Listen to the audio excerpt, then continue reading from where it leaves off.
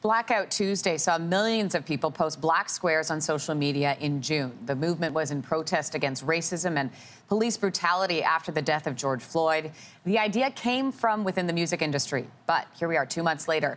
What steps are being taken to address systemic racism within the entertainment industry? Joining me now is Ian Andre Espinay and Ashley Mackenzie Barnes. They are both involved in discussions happening right now on anti-black racism in the Canadian entertainment industry. Good to have both of you on. Good morning. Thank you. Ian, I'm going to start with you. Did Blackout Tuesday bring about any real change? And what role does the music industry play in addressing systemic racism? So campaigns like Blackout Tuesday are critical in bringing awareness to atrocities like the racial pandemic that we're presently in. If it were not for movements like this, we wouldn't know of the DeFonte Millers or the Breonna Taylors or the George Floyds. But we can't mistake these campaigns for work.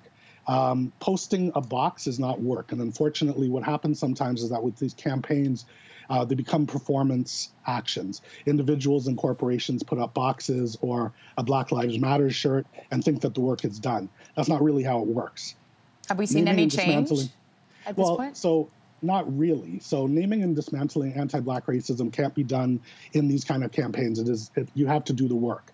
And that's a part of that's breaking down things at the systemic level. In terms of the music industry can play a huge role in addressing anti-Black racism because it's a huge hub, and it affects everything that music touches in our environment. So it touches artists and creatives like Ashley, the grants and funding organizations, the nightclub and concert industry, the media, the movie world, anything that you can think of, there are systemic issues in it. So the music industry can, by making changes at the systemic level, ripple out and affect a great number of people. But presently, nothing, steps are being taken, but this is a long process and it won't take place overnight. Ashley, you work as a creative lead on projects with well-known artists and companies. How have you seen racism affect creative outlets, and are you seeing change?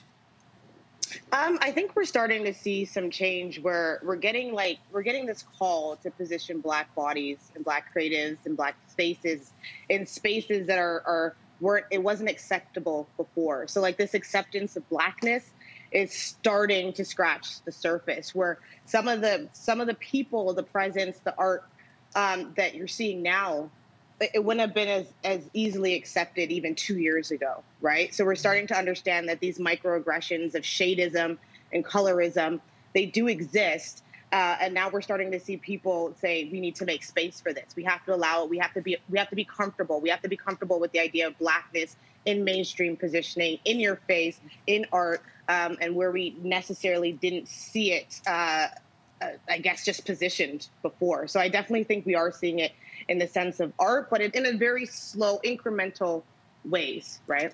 And Ashley, when we talk about allyship, what structural changes do you want to see within the arts industry? Well, I think we're starting to see some of it, but it's not about allyship in terms of, it's exactly what Ian said when we're posting on social and we're putting up a BLM hashtag. I've always been the first to say that BLM shouldn't just live in a hashtag. Black Lives Matter has been around for a long time. So when we're taking it offline and we're starting to talk about how we're having governance over money, who we're hiring, who are the people at the table, what kind of funding are we putting towards creatives, art, the entertainment industry, institutions, our historians, where is it going? And just last week, I did an announcement with the mayor and the deputy mayor about the announcement of $1.25 million that was going invested immediately into Black development and Black creatives, from the business level to the cultural level to our historic sites to art to funding to the Toronto Arts Council. So that is immediate change. That's change that can be tracked. Ian and Ashley, I wish we had more time. We're unfortunately out of time. Thank you so much for joining us on the show today. Thank you. Thank you. Thanks for watching. If you like this, be sure to subscribe here. And you can check out more Your Morning videos right here.